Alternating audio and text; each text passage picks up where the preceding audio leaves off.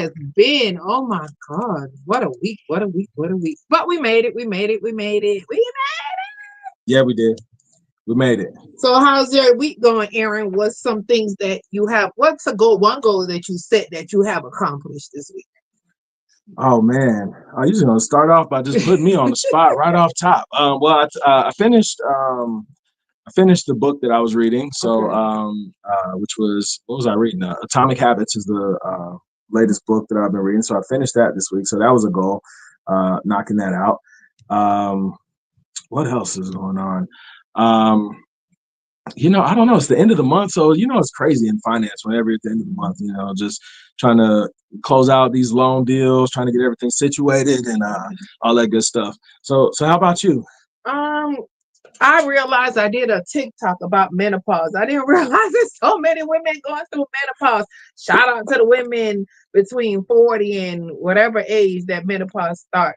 And we realize we're in a different season of our life because I realized a lot of women call me on Facebook. I had over 200 and TikTok, over 250 people respond to that video. I didn't know it was going to be that way, but when you touch on a topic, we're talking about wealth and health, Sure. and menopause is something that women do go through, and it's part of the health. And when you go to the doctor, they really don't have any medication for you to use. And if they do, it's all experimental. Like they said, if a man have a cough, they find a cure. If a woman have pains and aches and whatever, they what guinea pig us? Oh Lord, I'm not co-signing that. I am so not co-signing that. I don't know. I don't know. I mean, they do say things like that, that they feel like we have a higher threshold of pain Right. and stuff like that. So I suppose there could be something with that. But I mean, it's good though. I mean, that's something everybody goes through in life. So it's always helpful when you can have a conversation with Right. someone about that. And a lot of times when we're going through things in our body, Right. especially as we get older, Mhm. sometimes we don't really want to say nothing. So it make you feel comfortable. Right. Someone else brought it up. So now you have an opportunity. That's probably why you got all the messages. They probably Right. been wanting to say Right. something or were dealing with stuff Right. and wanted to ask you. Yeah, Yeah. I had a client. She was like, "Wow, we're about the same age." She's like, "Wow, I can really talk about this because you really can't talk to your husband about certain things. You understand? Because not they won't really understand. I don't know if Sure. men go through menopause, but women go through menopause. I think men go through that midlife crisis where they buy the $100,000 car, but we go into that crisis where we're sweating one minute, we're cold one minute, we're up at 3, 4 o'clock. One of my friends said, "Call me at 2 o'clock. I'm up. I don't know what's going on, but I'm up." It's like your body clock is off. I don't know what's happened if it's winding down. But shout out to all the women's and chicks that's going through menopause. We rock it. Yes. Big Okay. shout out to the sisters. For sure, for sure, for sure. Uh-huh. So in celebrity news, Rihanna had a little girl finally. So shout out to Rihanna. We are very happy for her. Anything else that's going on? Well, I don't know how many kids they got. They have a couple kids, no? 3. They have 2 boys, and she finally got her girl. But what women don't realize when you have a little girl, the girl does not belong to the mom. The boys belong to the mom. My Sure. sons are closer to me than my daughter because I think the energy of me being so strong and they're being so strong. And then I think we take care of our boys and baby our boys, but we That make part. sure our girls are strong. So the girls usually idolize their dads and the boys usually stick to their mom. What do you think? Your girl dad and a boy dad? Yeah. No, I think that's pretty accurate. Okay. Because for those reasons, like a mom's gonna baby the sons, and Right. and as a father, you're looking at your son, you're looking at him as that future man. You're Right. looking at him as the younger version of you Right. coming through. So Uh-huh. when we're dealing with him, we want to make sure that he's prepared. Uh-huh. She want to make sure he's taken care of. So I can definitely see that why that dynamic would exist, and probably the same thing with the girls because we us dads, we've never been girls, so we know that we want our daughters to feel safe and protected, and Okay. know that they got somebody, and all that good stuff. And probably the moms are probably looking at them like, you're gonna be a woman someday, so here, look, you're gonna need to learn how to do these things. So I think it's just the natural dynamic. At least that's what it seems. Um, But yeah, it seems like that because that's usually how it goes. Moms are harder on the daughters and dads are harder on the sons, for Yes. And sure. then dad's like, "Oh, I have a son," and I'm like, "They don't really stick to you." I think at a certain point of life, they stick to the dad. I think when the dad is trying to emulate and set that foundation, maybe one through two, I think the mom still have the son, but I think like from 2 to 10, the dads have the son. But I think once they start dating and stuff like that, it comes back to the mom. You Yeah. think that? Yeah. I mean, a son is always going to gravitate towards mom because let's be real, mom's softer. More You know what I'm saying? nurturing. More nurturing. That's in her nature. That's what Right. she was put here to do. Right. She does a great job at it. So yeah, sons are going to gravitate in that way. That 100% makes sense. Okay. Remember, Absolutely. wealth is health, and we talk about the whole being of us. Is not just, oh, we're gonna come here and talk about money and helping. We're talking about relationship. If you have a healthy relationship, they said your financial would be good because finance is one of the number one costs of divorce. You agree with me? In Oh a yeah. relationship, yes. Oh yeah. I mean, money's a big deal. Absolutely, because a lot of times when you're starting off or you're trying to build something, you don't have it. Right. So people are being asked to compromise and make sacrifices so you guys can build and do what you're going to do. So that definitely causes a challenge, and especially when you don't have as much as you would like to. So everybody can't do everything. But I agree 100%. I mean, both ways, because sometimes you'll have someone who's really outgoing as far as want to spend and want to do certain things, and the other person might be conservative and want to invest and save and all that stuff. But yeah, 100%, I definitely have had some relationship conflicts over money. My conflicts generally kind of come because the fact that I'm an entrepreneur and we always betting it back on ourselves. Like, are you serious right now? Like, are you? Yeah, I'm serious. Yeah, listen, this is what we're doing. So Do you think it's a bigger power struggle when the woman makes more money than the man, or you think it's the even ground? Right, that's a tough subject because both person can't lead the household. I don't care what you say. There's always one person that's stronger in one suit than the other suit. I'm always the person that's spending money. My husband is the one that holds it down. He's the one that pay all the bills and everything. But on the dynamic, I think we're both on the even field. But I feel like a lot of women, when they make a lot of money, I think there's more of an issue. What do you think? well, I definitely kind of think in general it will create a little bit more of an issue because I don't think that's the natural dynamic. And just kind of like how you were just speaking, a man and a woman are kind of designed differently. A man, he wants to go make the money to take care of his family, to take care of his children. That's what's in his mind. When he's thinking about running the bag up, it ain't just about him and his toys and what he want to buy. He's thinking about taking care of the people that are important to him and being able to hold that down. And I don't think women necessarily think about it the same way when it comes down to money. I think in my experience, it just seems like, yes, you guys are very nurturing when it comes down to taking care of the children, all the rest of that.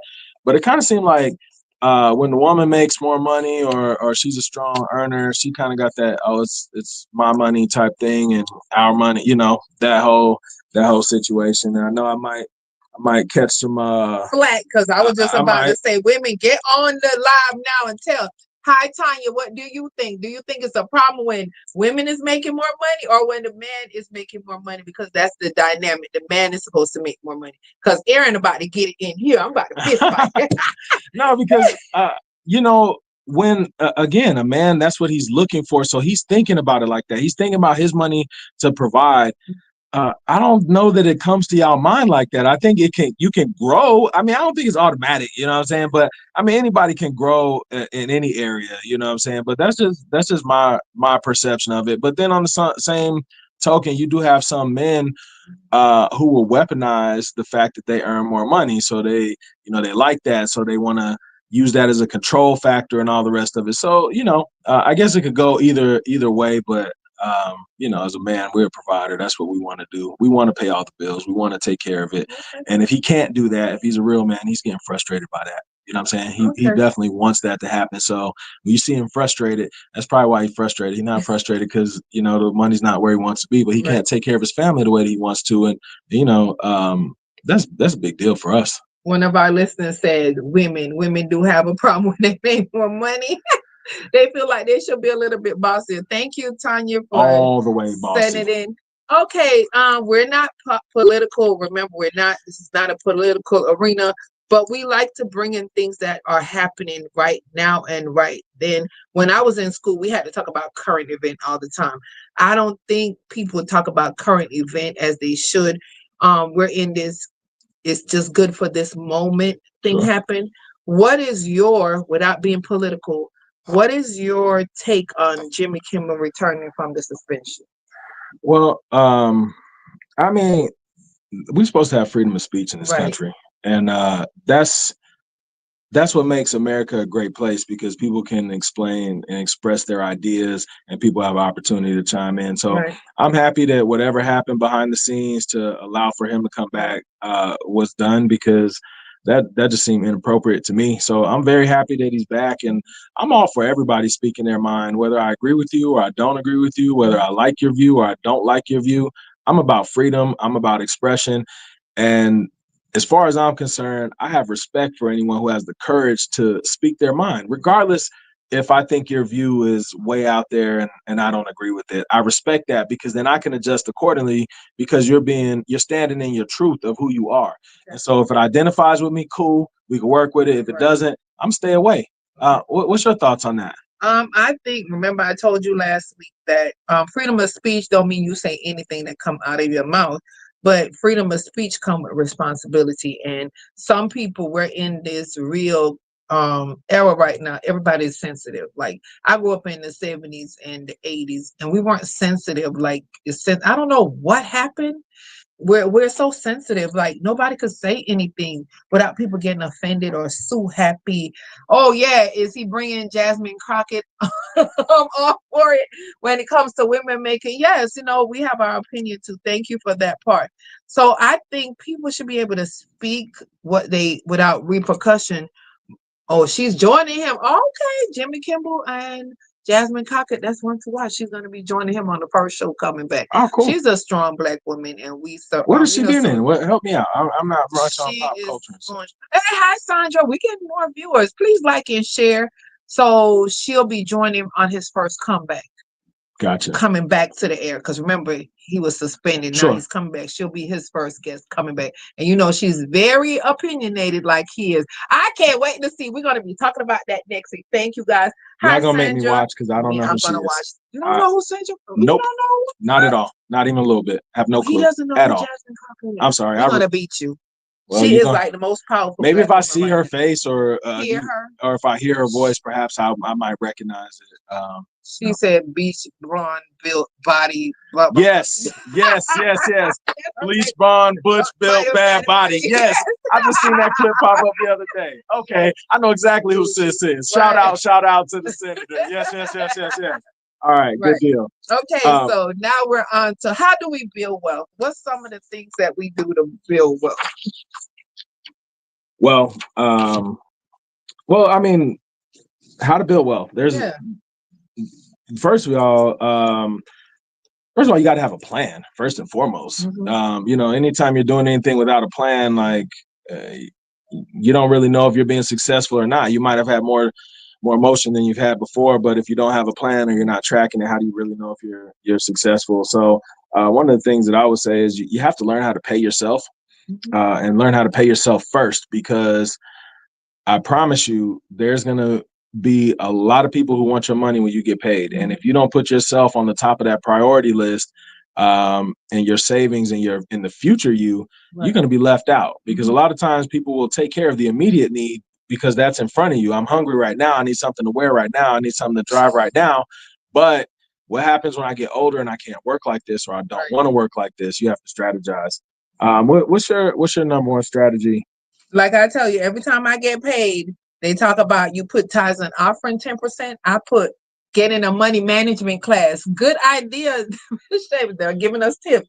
Get into a money management class. My church is going to do a money management class, and I'm going to definitely, it's called Financial Peace. I was kind of iffy about doing it, but I'm going to, because so many people asked me about it. I was going to take the CFP class, but I'm like, no, I'm not going to spend $5,000 to learn how to tell somebody.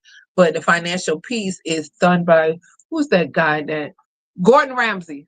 Oh, no, No, no. not the cook. I see his face. Dave Ramsey. Dave Dave. Ramsey. Yeah, yeah. So he's part of our church thing of building wealth and become financial. So I'm going to take the class. At first I wasn't, but when I look at the CFP to become a financial personal blah blah, and then I have to take an exam, I don't want to do that. So yes, build credit. Somebody say build credit, taking a money management class. Managing your credit, and don't mess your credit up. Man, I think credit, I mean, credit has always been important, but Right. as we move forward in time, that carries much more weight, you know, like our parents were able to go make deals off of a handshake. Right. You look like an honest man. You go to work. Okay, yeah, sure. We'll extend you this credit. We'll do those things. All that stuff is going away now. Everything is decided by machines now. Right. And that's one of the main factors. So yeah, absolutely, taking care of your credit is huge step for building wealth. And probably bigger than we know, because you think about the cost of having poor credit. Yes. Someone goes to a car dealership, they want to buy for example a Toyota Camry or something like that. You got excellent credit, you might go in there zero down, come out $200-300 a month, you know what I'm saying, easy peasy. Your credit's jacked up, they want 20-30% down. Right. Your payment gonna be high as heck. The interest gonna be high as heck. So you're gonna be paying $700 payment on a car, and then the other person who was better positioned financially, they're paying $200 a month. But those are the type of traps that keep people stuck, and that's why we have to be wise and we have to learn how to be patient. You know, so maybe you still catch the bus instead of buying that car at that bad rate, and work on your credit a little bit, so then that way you could actually enjoy it. Because I think poor credit probably robs people of a lot more than people with guns, honestly. Wow. Yeah. You heard it here from the Wealth Code Unlock. Clock. Yes. Okay. Yes. So I got a question for you. So there's a lot of stuff going on that I've been seeing, a lot of stuff going on with the Treasury and just stuff all over the place. So, you know, you're my resident tax expert, so I always lean to you and defer to you. She give me that look like, don't set her up. But you know, there's been a few things going on, like the vetting for the IRS panel. Not really sure much about that. And then the mandatory Roth catch-ups in 2026. Were you up to date on those? Yeah, and then you see they're taking. You know what? You never see smoke without fire, and also that EV credit. Remember, we was getting that credit for electric vehicle and all kind of stuff, and I know why it was pulled now. Who is not friends anymore, and who built all those electric vehicles? It just dawned on we had this credit, and this year will be the last for the solar and electronic vehicle credit, and I realized they're not friends anymore. We're not talking about politics on here. No, I mean, you know, it is what it is. But I mean, Mr. Tesla, he gonna be all right. He got a lot going on. I mean, he been in the news too. So the EV credit might have gone away. But I tell you what's been showing up, like what I've been seeing with him, especially, is they're making some power moves. You know, so we all know Uber and how Uber disrupted a couple industries. Yeah, not only the taxi industry. So you think about, taxi used to call the taxi and wait on them. Change the game as far as that goes. They also changed the game as far as delivery for your food items from the restaurants. Yeah, with Uber Eats. So the restaurants no longer have to employ a guy to sit there, have your nephew who won't keep a job around there to run your orders out to your customers. And then even they started delivering some different things like the Uber package and stuff like that. So, you know, if you left your laptop in the studio or something, you could send them over here. And, Daryl could send them back with your stuff. But the new one, and this is about to change the game, and I don't think any of us are really surprised by it. Tesla's self-driving 18-wheelers, they have formed a partnership with Uber to move freight without people. Oh wow! Yeah, it's huge. There's gonna be a lot of accidents on the highway. Think so?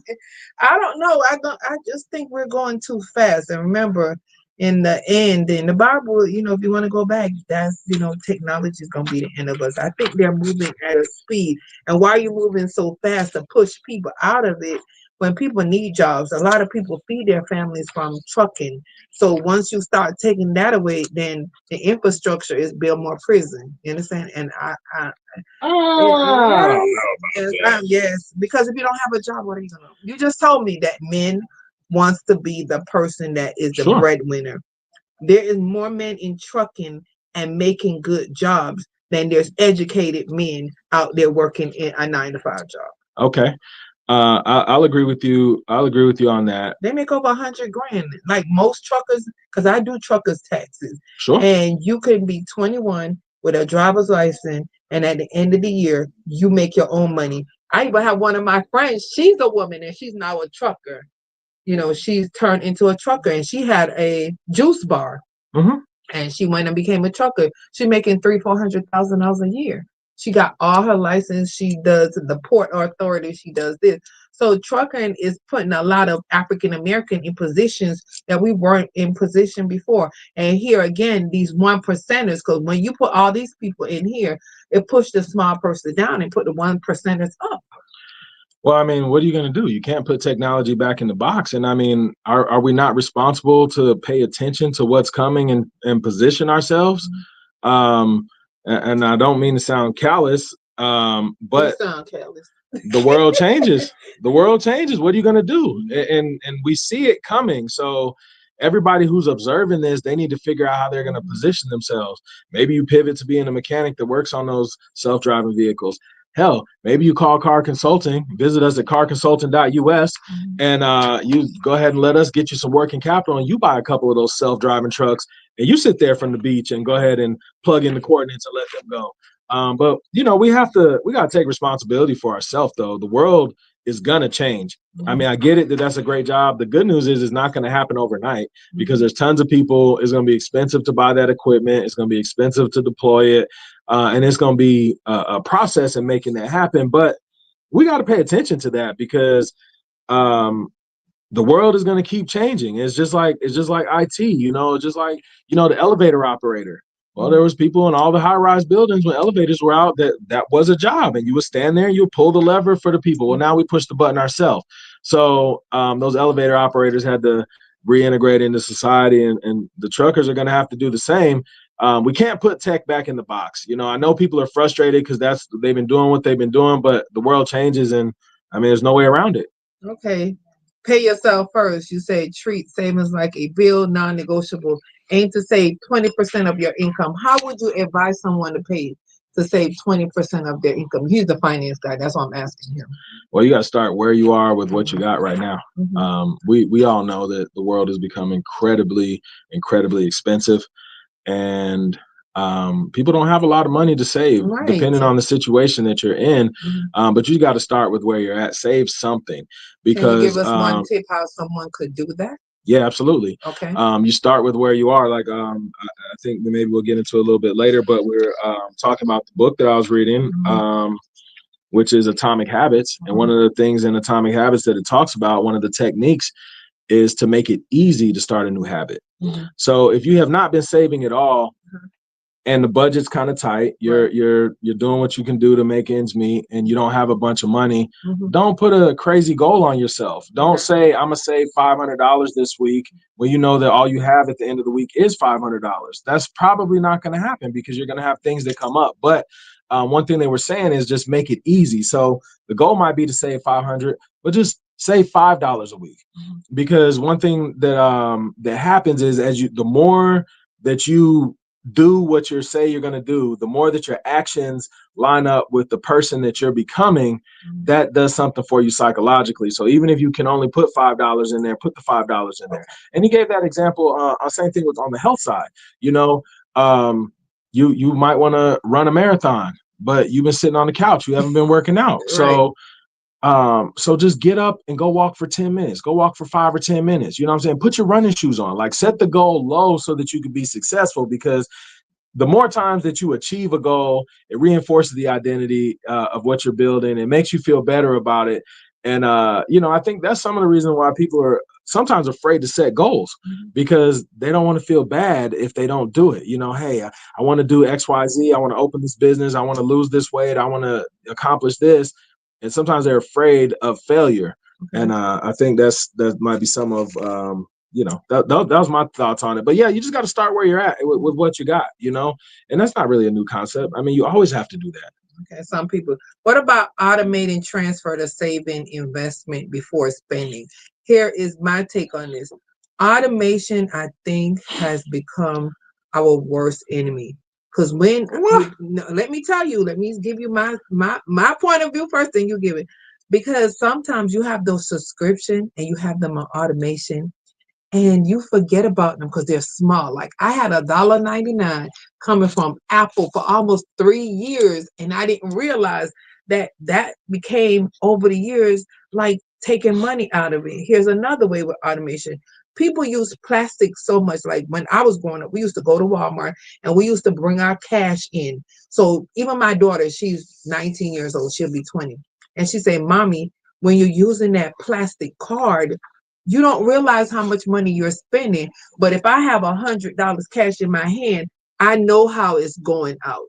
Don't you think like automation of money and certain things have put us in a worse financial bind? I think it's set up to do that. Right. There's a reason why they want you to swipe a card, because just like your daughter who's able to see that, it's I put a piece of plastic in your hand. It doesn't really equate. I know that I'm going to be able to pay for these services with this, Right. but it's not the same as pulling out $100 Right. bills and paying for something. So I do think it is a bit. I do think it's designed that way so that we spend more. Right. America is based on consumption, and you remember what happened when we all went to that situation where everybody was locked down a couple years ago. COVID. Yep, and things almost stalled because people stopped spending money. All of a sudden, everybody's not worried about getting a new TV and all these new things and all the rest of that. People are staying where they are and investing in their house that they already have and things like that. So America's kind of built a crazy system that's based on high consumption. So if that ever slows down, it definitely causes problems. But I can't blame that on technology. But I do. I mean, it's done for a reason. Just the same reason as when you go into a casino, you don't keep sliding them $100 bill every time you make a bet. They give you these pretty little plastic chips, and you're playing with these plastic chips. It says $100 on it, but you never spend $100 that look like that. So it's real easy to kind of get carried away. But at the end of the day, I'm the type of person who believe like you got to be responsible for yourself. They putting these traps out there, these tricks out there. There's like these scammers calling saying they're from the IRS asking you to pull out your Amex and pay your tax bill, or you getting arrested and today there's a warrant for you. We gotta be wise, and we gotta just be smart. But you gotta pay yourself first, and more importantly than. It's not so much the amount that you're paying yourself, is that you get into the rhythm of doing that. Because if you get into the rhythm of doing it, first of all, I don't care if it's nothing but $20. If you keep dropping $20 every single week, every time at some point, you're going to look at that savings account and you're like, okay, that's what $20 did. What if I up that to 50 and I keep doing that for the next year? What would that look like? So I think we gotta do that. And the biggest thing, I think we're kind of guilty on this on the financial side, as well as just life in general. Home runs only really exist in baseball. Like in life, it doesn't really happen like that. I mean, don't get me wrong. You might get a great deal. You've been working hard and then you get a good deal and it's a big deal, something bigger than you ever worked on before. Absolutely, those things happen. But it's the consistent investment and consistent, like the compound interest effect, even on your body, just the compound interest, just the fact of you keep doing it, building that muscle memory, building your identity, building that savings account, but just being consistent and doing that is big. And then also you got to think about those tax advantage accounts, and by appreciating assets. My Lord, if you got to spend the money, buy something that appreciates. If you're gonna invest your money, if you're gonna break the budget, if you're gonna go out, I don't advise you to do that. But you always want to buy things that appreciate. So homes and businesses and things like that. Don't waste your time on televisions. And I mean, I know, right? we gotta wear something, we gotta drive something, all the rest of that. But it's all gonna lose value. They're gonna come up with a better version of it as soon as you take that one home. So. I mean, to me, I think that's a really big one right there. Is you just got to take advantage of those tax advantage accounts and own appreciating assets. Okay. Wealth is boring. It's not exciting. Wealth is not that home run. I mean, don't get me wrong. Somebody signing those $1 million contracts in the NBA and record deals and movie deals and all the rest of that. For most of us, that's not reality. Wealth is more, you have a better chance of getting there by being consistent and compounding. So working on those habits and being consistent is going to get you there a lot faster than just dropping those home runs. Well, somebody is that's living on paycheck. So we're talking about ordinary people. Would you tell them to invest in the market, the stock market, or the timing of the stock market, or an index fund if they don't know anything? I don't really know a lot about the stock market, but Robinhood, I use Robinhood, and I drop sometimes $5 here, $6 here, and now I think I have almost $1,800 in Robinhood. Sure. So, would you tell someone to invest early and consistently over time if it's even $5 in here and there? Absolutely. Consistency is the key, Okay. but make sure you're investing in things that you understand. Okay.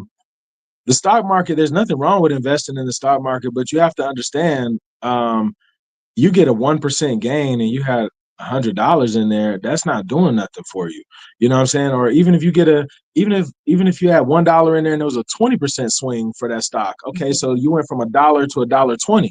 So it's not a big deal for you. But if I was an investor, like maybe I had 100,000 in the market and we get a 20-point swing, that's 20 grand in one day. So I think again, it all comes down to the whole compound interest thing. So before, I would not invest in Wall Street as my first investments. Okay. I mean, I would, do your 401k and stuff like that at work, and that may give you some market exposure, and that's a good way to venture into that. But the first thing that I would do is work on building that savings account so that you have 6 to 12 months yeah, because life happens and stuff is going to happen. And one of the most stressful things is when you need to take care of something and you don't have the resources to do it. So I would encourage people to start there. I would encourage people to start with working on your credit. I would encourage people to take advantage of insurance. Make sure that you're insuring yourself properly. I mean, lack of insurance probably creates more. I think it's responsible for like 60% of bankruptcies, like a health issue, because nobody planned on getting sick. You didn't know something was going to happen, and boom, now you're in the hospital, and $500,000 later, you're broke. So yeah, so insurance, insure yourself, because that's going to keep your expenses down. When you insure your car, you get in an accident, it's not a big deal. You drop $1,000, you get your car fixed, life moves on. You have medical insurance, it's okay. You go to the doctor, you pay him $20, you keep it moving. Right. You have life insurance. Nobody wants to think about our loved ones dying, but we're all going to die someday. And when we die, we want to make sure that we're taken care of. So by taking care of those things, it leaves your family in a better position. So I think we gotta do that for sure. What about relying on single paycheck? What about building multiple income streams? That's why I started. It says start a side hustle, freelance, e-commerce, consulting, invest in real estate, build a digital product, dividend paying stocks for passive income. I was not living paycheck to paycheck, but I did not want to be in the space that if something happened, my paycheck was the only way I would do stuff. And then having a side hustle, it helped me to go and do certain things like traveling the world that I would never have done before. So I'm starting my ebook now about building credit. I'm actually going through and trying to figure out, because you said that credit is the most important thing. So not relying on a paycheck and building multiple income stream. Do you think a side hustle, real estate, digital product, or stocks? Which one would you say is the safest and the best one you would advise somebody that's living paycheck to paycheck? I probably would go with a side hustle. Yeah, because I mean, if you're paycheck to paycheck, you don't have enough money to invest, not making a meaningful contribution to where it's going to come back. So I probably would start with the side hustle and build up that nest egg and go from there. Okay. For sure. Yeah, absolutely. Okay. And our favorite part, they said one of the things, so we were talking about how to build wealth, master financial literacy. He's the boss. I have him reading. When I went into his office, I said, oh my God, you have so many books. You don't realize one of the ways to build wealth is to master financial literacy. Learn how money works, Yes. compounding interest, taxes, debt, and credit. They said to read some of the books. The Millionaire Next Door. I have not Love read it. it, but I'm going to be reading it. Rich Dad, Poor Dad Love by it. Robert Kiyosaki. I think was a little bit over my head. And The Richest Man in Babylon. I try to reach like some of those things are over. And I Will Teach You to Be Rich by Ramit Sethi. So I'm going to be reading. You read The Oh Millionaire yeah, that's a Next great Door? book. Okay, so I'll be reading that That's next a great one. book.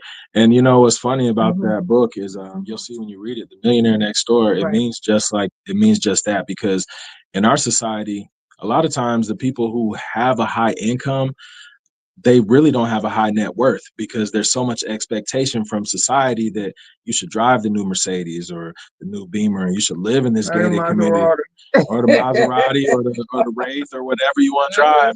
Um, but when they have that pressure on them and they're making those high incomes, like if they're an engineer or a doctor or something along those lines, people expect you to live in a gated country club community. Right. They expect you to be members of such and such athletic club and this business club and do all these different things and send your kids to private school and all the rest of that. And a lot of times those people, even though they're making a high income, they're paycheck to paycheck too, which has got to be scarier when you paycheck to paycheck and your bills are 20 grand a month. I mean, that's got to be scary. So, I think, but with The Millionaire Next Door, and I'm asking you a question. I know you haven't read the book yet, but I know, but I'm gonna ask you this, because I doubt if you're gonna get this right. You betting me? Yeah, it's Women because text me the answer all on right, Facebook. I women, got text like her the 7, answer. 8, Text her 9 the answer. women. You Pop got a quiz. team, you got a power team over there. Okay, so what's the most popular car driven by millionaires in the United States? Probably Toyota or Honda. Good guess. Good guess. Really good guess. It's actually a Ford F-150. Oh wow, because it's utility based. You can use the back to do things. Yeah, and it's making money. I'm gonna buy me a Ford F-150. You know, when you start to read that book, and I start to see some of my experiences in the bank and in my financial, just in my financial career. Okay. The advantage that those blue collar guys have over the white collar guys is they expect you to look raggedy when you're a contractor. You're building people's houses, you're building the decks, you're the plumber, you're the electrician.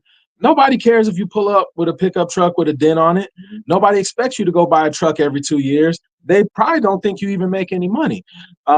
But because of that, that's why they're able to save money, because they don't have that same pressure on society. Like, yeah, go live over here, or yeah, you should buy this or you should buy that. No, he's a working man, etc. So, but yeah, I definitely have seen that as well in the bank. Like I had one customer, I kid you not, this was back in the day at Wells Fargo. Man, that's probably like 20 years ago. Maybe longer than that. But anyway, I'm talking to this customer. Part of our job was to let people know about the new accounts and things like that. So when they would come into the branch or use the ATM, we asked them to review their accounts and look at it.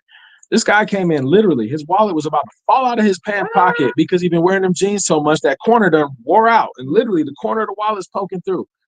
You know, that man had about $500,000 in his account. Wow. Why? Because he went to work and he had a blue collar job. Nobody expected him to do nothing. He wore the same pair of jeans, wallet about to fall out the bottom, same pickup truck. But guess what? He had his money. He wasn't caught up in those things.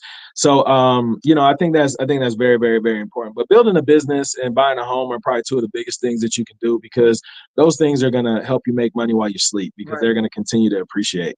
So one thing I just want to highlight today, while we're on the show here, is I want to encourage all the business owners, tap in with us, reach out to us. You can reach me at 470-748-4045 or at carconsulting.us. But I'm encouraging all the business owners to tap in, because if you have the courage to go ahead and open a business, I'm encouraging you to tap in and get your business valuation snapshot.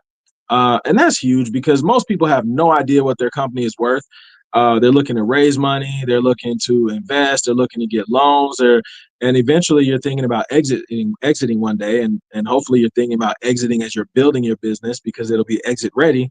But that's huge, because the stats show that less than 30% of businesses sell when the owner retires. Baby boomer retirements, it's a massive, massive, massive wealth transfer coming this way. And it just helps you to benchmark yourself against the other other industries. Because one thing that happens as an entrepreneur, you kind of get out there on an island by yourself, and if you're not careful to stay connected to other people, you don't really know how your business is really doing. You made $1 million, or you had $1 million in revenue, but how do your key performance indicators stack up with your industry? Is your debt too high? Right. Are you turning over your assets quickly? All of those different things. And you insure your car, you track your credit score. Why wouldn't you track the value of your business, which is your largest asset? And I think that key right there is why a lot of these businesses do not sell, because people don't think about establishing and tracking the value of that business until they're getting ready to sell. So I just want to put that out there. So we're doing a free business valuation, a free snapshot, so you'll be able to see what your business is worth. We're also going to go with you over those key performance indicators, how those benchmarks in your company are matching up against the competition. And it's a very scientific process to do this. Actually, the software that we use performed 33 million valuations before they rolled that out. And this is actually what most of the banks and insurance companies use when they don't need a certified valuation. So yeah, absolutely. Okay, so let's switch a little to the tax part. We talked about how to build wealth. He said, pay yourself first. Start with as little as $1 to $5, but try to aim to at least 20% of your income. Automate money going into your saving. Use more cash and less plastic. Drop something in the market, but make sure it's safe by putting it in your 401k or IRAs. Don't stop investing during the downturn. That's when you need to stay consistent and drop a little bit more. Build multiple stream of income, but the one that's the most important is get a side hustle. You can do any. You can start a cleaning company. You can start a lawn mowing company. You can start consulting if you are good at something. You start baking. There's a lot of little side hustle that you can start with to make extra money. So if you're relying on just a paycheck, you don't know, sit down and do some soul searching, like he does the soul searching for business. Soul search yourself and see what you're good at, and you can make money from it. There's somebody always looking for something that you have. Next, you need to master financial literacy. Look at your credit, look at how much you're spending, look at where you stand financially, read books. And Mr. Christopher Thomas, he was here the other day. Follow credible finance channel, not hype or get rich quick influencer. Find somebody that you can trust. Trust is the biggest thing, because that's your money. And once you lose it, nobody's coming to give it back to you. So, headline for the taxes: mandatory Roth catch up contribution set to begin in 2026, not 2025. What does that mean? Hold a minute. Under the Secure 2.0 Act, workers age 50 and up who earn $145,000 in the prior year will need to make catch-up contribution via Roth. Like sometimes you can have some of your money taxed and some of it not taxed. And like I have a lady, she'll say, how much can I put in my Roth so I'm not taxed? So after tax mechanism, they'll start July 1 on 2026. Because I think when you get to a certain age, they only allow you to deposit or put away a certain amount. So I think they're changing the threshold for next year so you can put a little bit more. And here's another one: budget proposal. Oh God, cutting IRS funding. You know, when IRS start cutting, what happened? They start messing up the lower people that expect a check. Not the people that had not living paycheck to paycheck, but those moms that's, they're waiting for their check at the beginning of the year so they can, feed their kids, go on a trip, do something. Because I have some clients, the biggest amount of money they have is when they get their tax return. Sure. And every time they cut and start doing things, then the taxpayer services, instead of you waiting 20 minutes on a call, you're going to be waiting an hour now on a call to get somebody to resolve your problems. Yeah. Yeah. And, that sucks. I will say this, though. Maybe if they have to wait a little bit for the money, maybe if it slows it down, maybe they'll make some wiser decisions. Maybe they won't run to Disney World as soon as they get the check. Maybe they'll figure out a business plan. They'll be ready to invest it when they when they get it instead of running off. But that's their money and they can use it anyway. sure, Remember, I told you there will be no more paper checks. And I think this is cutting down a lot of scams and fraud because people wash checks. of course. But my company, we do checks, but it will come to me and I print it directly from my office. So if you want your check or credit card, I can give you the credit card right at my office. But there will be no more paper checks coming out after September 30th of 2025. Yeah, that's good. I mean, I'm cool with it. I mean, we're all Digital. yeah. I can't even. I don't even know. There's some customers. I have some business customers that pay with the check, but it's rare. I don't think most people even have checkbooks in their house. Most people don't even write checks themselves. But I mean, I understand that. But it's about life is about those small changes, and you know, Atomic Habits, the book is about those small changes. Like, for example, the 1% rule is that you just try to get 1% better each day. Okay. 1% is not a crazy amount of money. If you're making, or if you look at it in money, if I made $99, 1% increase, okay, it's roughly $1. So I add an extra dollar, totally within reach, right? But it's those compounding effects that we need to look at.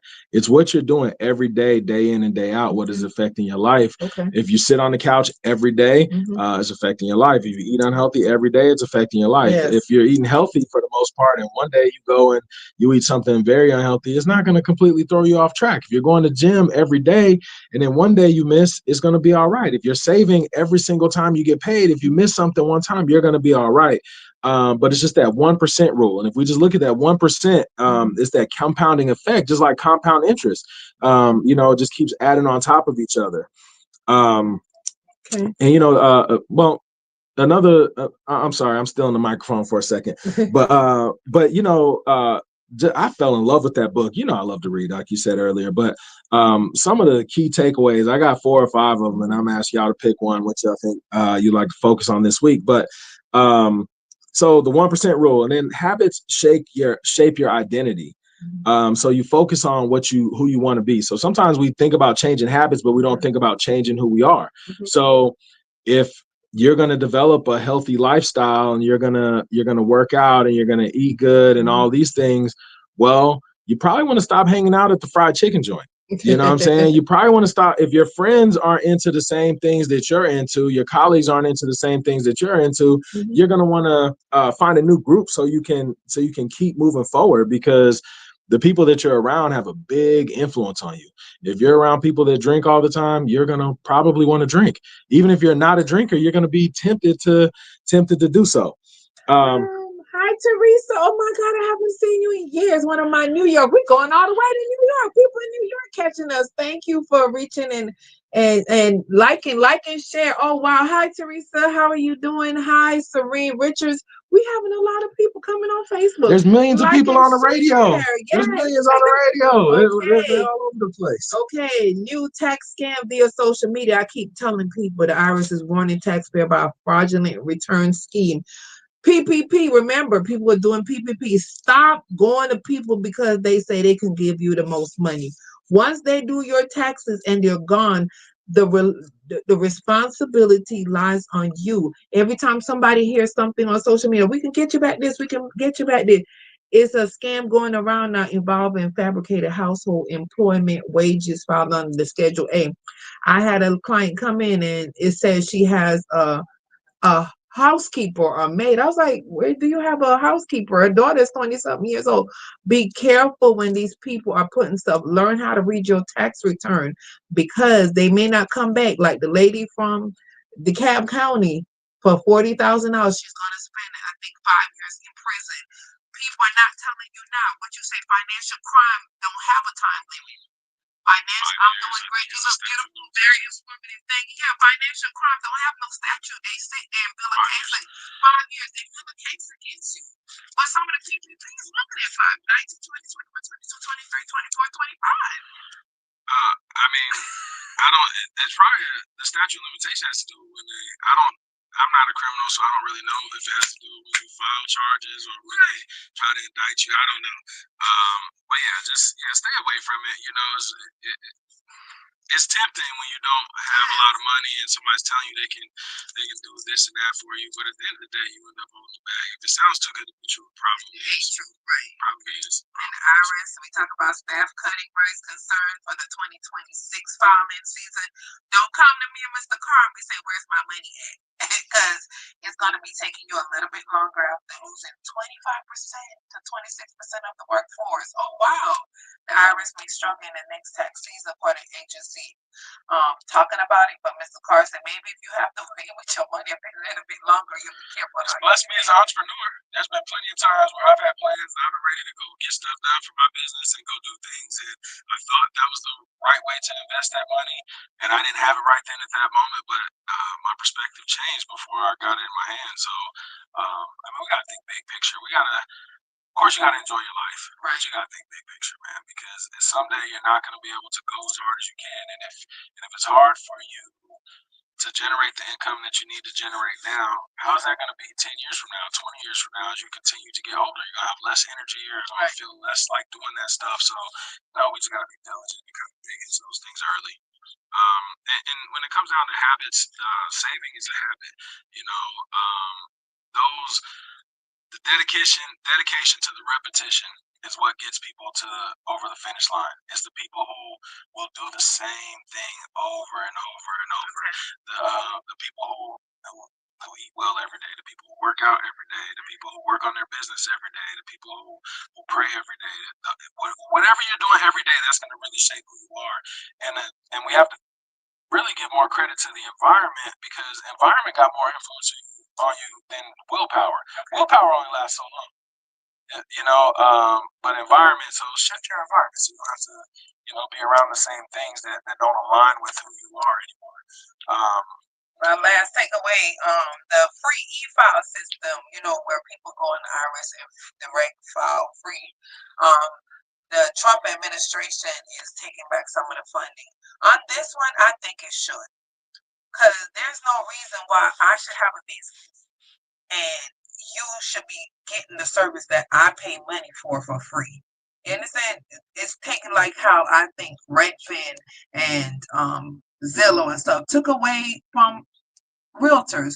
Why would someone invest in something that they've been doing for years and years and years? Like you say, technologies and advancing and stuff like that. But still, we need that human touch. We need that human touch. So all the funding for free direct file system, some of the funding won't be there. So I don't know if you have to make a certain threshold to be able to use it. Because before, I think if you made under 17 to 20,000 as a single person, and I think 40 as a married couple, you are able to use free direct file. When you go on IRS, it says that. Now I think the funding will be cut and you won't be able to use it if you're making over a certain amount. And for the tax professional, we say, yeah, that means y'all have to come to us. Woo! We're happy about that, because it's not fair to us that I'm going to the IRS conferences, I am taking these CE credits, and I'm doing so much, and then you're taking away my livelihood. You're taking away the insurance company when you automate stuff. You're taking away these people that we're not in the tech age yet from making what we make. Some of us, we don't. I just learned about Chat GPT today, and I'm like, whoa. So what is your take on some of the free stuff being taken away? The world changes. What you gonna do? God. The world changes.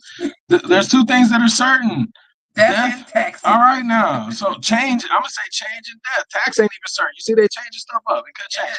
But death is certain and change is certain. So I guess it's probably a lot to do with me just being an entrepreneur and perhaps my background in finance. Like, things were always changing in my world. Whether I'm working for a lender, you get comfortable with a particular loan program, it changed. Next month it's gone. We're not doing that no more. And you constantly see that in the financial industry.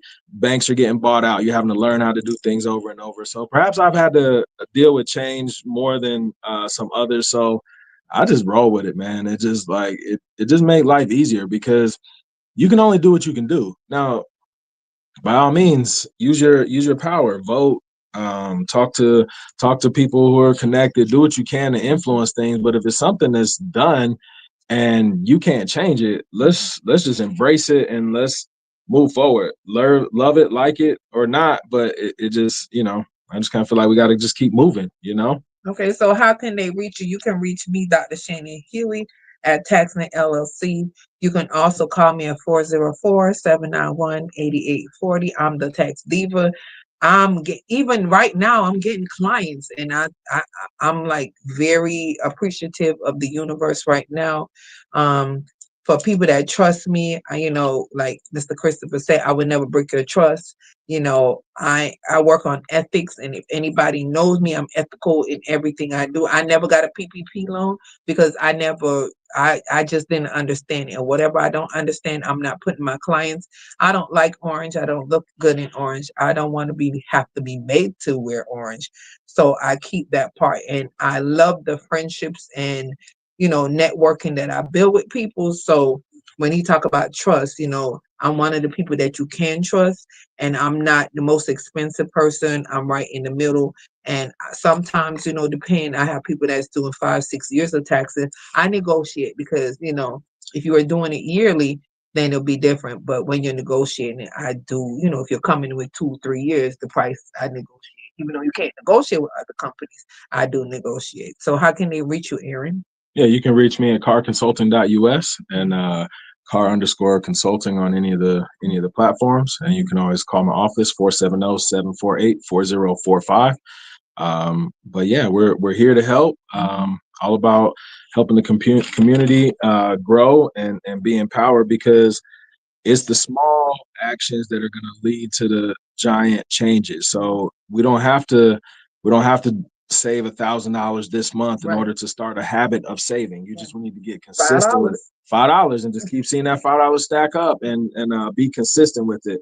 Systems are going to win every time over goals.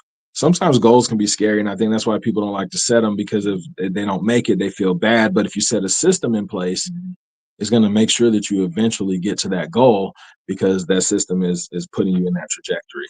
So today, I would like to encourage you guys to pick one habit. Okay. Automate a savings transfer, schedule a free business valuation snapshot, read 10 pages of a wealth book. Yes. One small action can change your trajectory, and keep that streak of positive things going. You've been wanting to crack a book and start reading. Once you read that first day, make sure you get back on it the second. It feels good when you get that streak going, Right. And it's easier to continue because that becomes part of your routine. Okay, one health advice. Because remember, we're not just wealth. We talked about menopause in the beginning. If you missed, I read an article that says do 4 days of weight training. Anything, get some cans out of your cabinet when you're walking or whatever, and use them. And 3 days of cardio. Cardio is good for your heart, but as you age, you need to be doing more weight. Like I tell Mr. Carr, I go lift weights Monday, Wednesday, and Saturday morning. Lifting weights, you're talking about the long run. We're not saying go lift 100 pounds. Get the cans out of your cabinets and, do some exercise with it and build some muscles and weight. Remember, health is more than that. It's having a plate of everything: spiritual, mental, financial, physical, and emotional. Absolutely. Yeah, you got to have a balanced life. So that's very important. And the main thing with any of this stuff, you got to start where you're at. Right. Start where you are. Don't compare yourself to the next person. Right. You go to the gym and you see, that sister or that brother over there on the wide open on the treadmill, the thing on 12 miles an hour, and they just just get to it. Right. And you're struggling to walk. It's okay. Just keep going.